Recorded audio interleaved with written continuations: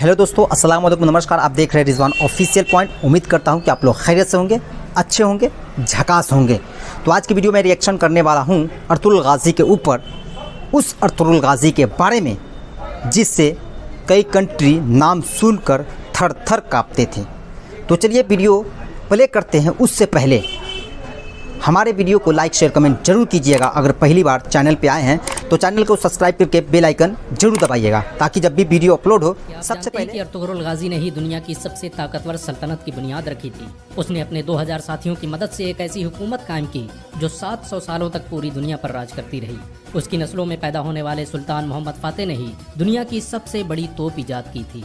Ertugrul के जरिए स्थापित की गई सल्तनत उस्मानिया ने दुनिया को सबसे ज्यादा वैज्ञानिक और डॉक्टर दिए। रॉकेट टेक्नोलॉजी पर आधारित दुनिया का पहला जहाज सल्तनत उस्मानिया में ही बनाया गया था। अर्तुगरुल ने डॉक्टरों और आलिमों की एक बड़ी जमात तैयार की थी जो मुफ्त में लोगों की मदद करती थी। इनका पूरा खर्च अर्तुगरुल खुद उठाता था। अर्तुगरुल अकेला इंसान था जिससे मंगोल भी दहशत खाते थे। 13वीं सदी ईस्वी में जब मंगोलों ने मुसलमानों के सारे बड़े शहर तबाह कर दिए तो अर्तुगरुल ने सोगूत में दुनिया की सबसे ताकतवर सल्तनत की बुनियाद रखी। अर्तुगरुल काई कबीले के मशहूर शासक सुलेमान शाह का बेटा था। सुलेमान शाह ओगोज की नस्लों से थे जिन्होंने चीन से भागकर ईरान और शाम में पनाह ली थी। आपको ये जानकर हैरानी होगी कि चीन में आज जिन उइगर मुसलमानों पर जुल्म हो रहा है वो ओगोज की नस्लों और अर्तुगरुल के खानदान से ताल्लुक रखते हैं। बहुत कम लोग जानते हैं कि अर्तुगरुल गाजी ने कुरान को अपना संविधान बनाया था। उसकी हुकूमत में सूद और ब्याज के इस्तेमाल पर सख्त मनाही थी। यहाँ तक कि यहूदी और ईसाई भी इस्लामी कानून के मुताबिक तिजारत करते थे। अर्तुगरुल जब अनातोलिया में दाखिल हुआ तो सलीबियों ने मुसलमानों के खिलाफ जंग छेड़ रखी थी। दूसरी तरफ मंगोल बगदाद के 10 लाख मुसलमानों का कत्ल कर चुके थे। लेकिन अर्तुगरुल के आने के बाद अचानक अनातोलिया समेत विश्व का नक्शा ही बदल गया। अर्तुगरुल की शुजाअत और हिम्मत से दुश्मन भी कांपते थे। उसने अपने चंद साथियों की मदद से चंगेज खान की फौजों को घुटने टेकने पर मजबूर कर दिया। सलीबियों और मंगोलों के खिलाफ अर्तुगरुल के जज्बे को देखते हुए सल्जूकी सुल्तान अलाउद्दीन कैकुबाद ने उसे अंकारा की जमीनों का मालिक बना दिया। अर्तुगरुल कुरान के बनाए उसूलों के मुताबिक हुकूमत करता था। उसकी नजर में सब बराबर थे। यही वजह है कि उससे प्रभावित होकर बहुत से लोग मुसलमान बन गए। चंगेज खान के सिपाहसालार और सलीबी कमांडरों ने भी अर्तुगरुल के हाथों इस्लाम कबूल कर लिया। अनातोलिया की सरहदों में आकर अर्तुगरुल ने सबसे पहले सोगूत का किला फतह किया। ये वही किला था जहाँ पर हजारों मुसलमान कत्ल किए गए थे। सोगूत को फतह करने के बाद अर्तुगरुल ने वहाँ ऐसा निजाम कायम किया कि वो सल्जूकी सल्तनत का सबसे अमीर शहर बन गया। उसकी हुकूमत में यूरोप की एक बड़ी आबादी व्यापार करने सोगूत आती थी। अर्तुगरुल बड़ा ही इंसाफ पसंद था। उसकी तलवार हमेशा म्यान से बाहर रहती थी। सल्जूकी सल्तनत के खिलाफ साजिश रचने वाले सादुद्दीन कोपेक से लेकर कमांडर ड्रैगोस को उसने सरेआम कत्ल कर दिया था। अर्तुगरुल ने जिस सल्तनत की बुनियाद रखी उसने मात्र 100 साल के अंदर ही आधी दुनिया को फतह कर लिया। इस सल्तनत की सरहदें एशिया से लेकर यूरोप और अफ्रीका तक फैली हुई थी। यहाँ तक कि पूरा भूमध्य सागर खिलाफत उस्मानिया के कब्जे में था। 17वीं सदी ईस्वी तक दुनिया की आधी दौलत सल्तनत उस्मानिया के कब्जे में थी। जापान, रूस और फ्रांस जैसे देश तुर्की की खिलाफत उस्मानिया से कर्जे लेते थे। यह सल्तनत इतनी बड़ी थी कि जब इसका अंत हुआ तो 42 नए देशों का निर्माण हुआ। आपको ये जानकर शायद हैरानी हो कि अर्तुगरुल का खानदान दुनिया में सबसे लंबे समय तक हुकूमत करने वाला खानदान है।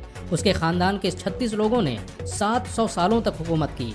अर्तुगरुल के बाद खिलाफत उस्मानिया ने 500 से अधिक जंगें लड़ी जिनमें ज्यादातर फतह हासिल हुई। अर्तुगरुल चट्टानों की तरह सख्त था। वो जब अनातोलिया आ रहा था तभी रास्ते में उसके पिता सुलेमान शाह की डूबने से मौत हो गई और उसके भाइयों ने अनातोलिया जाने से इनकार कर दिया। लेकिन अर्तुगरुल अकेले ही अनातोलिया आया और सलीबियों पर कहर बनकर टूट पड़ा। मंगोलों ने अर्तुगरुल को मारने की हजारों कोशिशें की लेकिन वो कभी कामयाब नहीं हो सके। यहाँ तक कि उन्होंने अपने दुश्मनों से भी हाथ मिला लिया।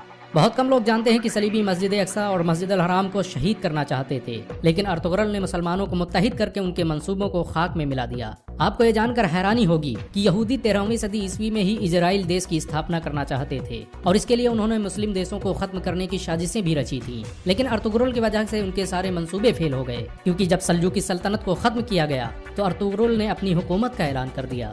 1923 में जब तुर्की की खिलाफत उस्मानिया का अंत हुआ तो दस्तावेजों से पता चला कि खिलाफत उस्मानिया को खत्म करने के लिए कई 100 सालों से साजिशें की जा रही थी। यहाँ तक कि बहुत से यहूदी मुसलमानों के भेष में मस्जिदों में इमामत करते थे ताकि मुसलमानों के दिलों से खिलाफत की अहमियत निकाली जा सके।